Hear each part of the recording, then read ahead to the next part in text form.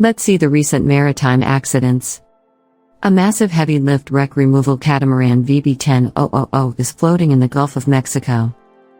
On January 3, the heavy lift twin gantry catamaran VB10000 broke free from her tow lines in the Gulf of Mexico off the coast of Ciudad del Carmen, Mexico. Designed and constructed to remove debris from crashed oil drilling rigs. To avoid looting, the grounding location has been guarded. Coastal ship Gregory Lovtsov is stranded in ice and has filed a distress call in the Sea of Okhotsk. On Jan 4, a landing craft Gregory Lovtsov with 8 crew members and a vehicle on board made a distress call in the western Okhotsk Sea. The ship's AIS is on, with the most recent position at 0100 UK on Jan 5, and it is drifting with ice flows in an INE direction. The Russian Emergency Service has dispatched a helicopter to rescue the crew. Breakaway offshore supply tug Wind Posh Rampart is drifting towards the oil platform Limin Razmina in the Gulf of Siam. Malaysian maritime and SAR authorities are on high alert, ready to respond if a drifting tug comes dangerously near to an oil rig. The Wind Posh Rampart is unmanned, and the AIS is turned off. The ship was being towed by another tug of the same owner, Limin Razmina, from Madak, Indonesia, to China, ostensibly for repairs.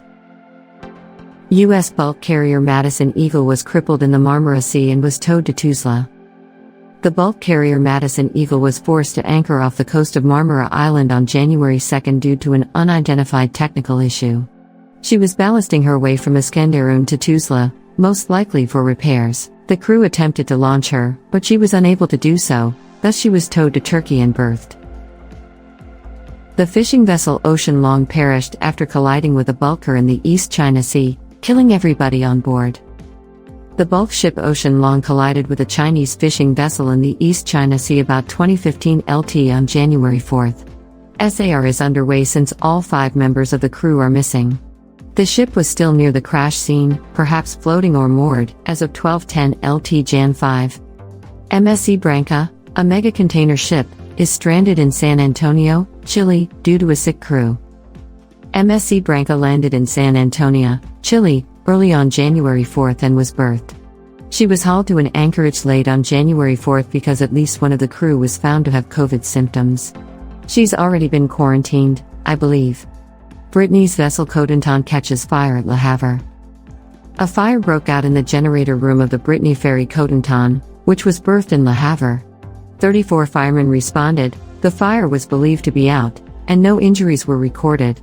The extent of the damage is unknown, however it is likely that there are some given the ship was still in port at 1450 LT. Coaster Tanimbar Bahari sunk at the port entrance after being trapped in a storm. Tanimbar Bahari, a general cargo ship, sunk off the coast of Salmaki Harbor, Tanimbar Islands, Timor Sea, Indonesia. 15 members of the crew had to leap into the ocean and swim to land, all are safe. A ship carrying commodities came from Surabaya but was unable to enter port owing to heavy weather. Ferry GNV Bridge broke free from its moorings and crashed with a cargo ship. GNV Bridge washed away from her moorings in Valencia, Spain, in the early hours of January 5. The ship sailed across the harbor and made touch with the berthed container ship Seaspan Saigon. Both ships were thought to have suffered minor damage, but nothing more significant. In the East China Sea, a Korean fishing vessel sinks after colliding with the ship Shunshin. The crew is saved. All 8 crew members of a fishing trawler were rescued while the vessel was still afloat with a strong forward tilt and the stern lifted above the waterline.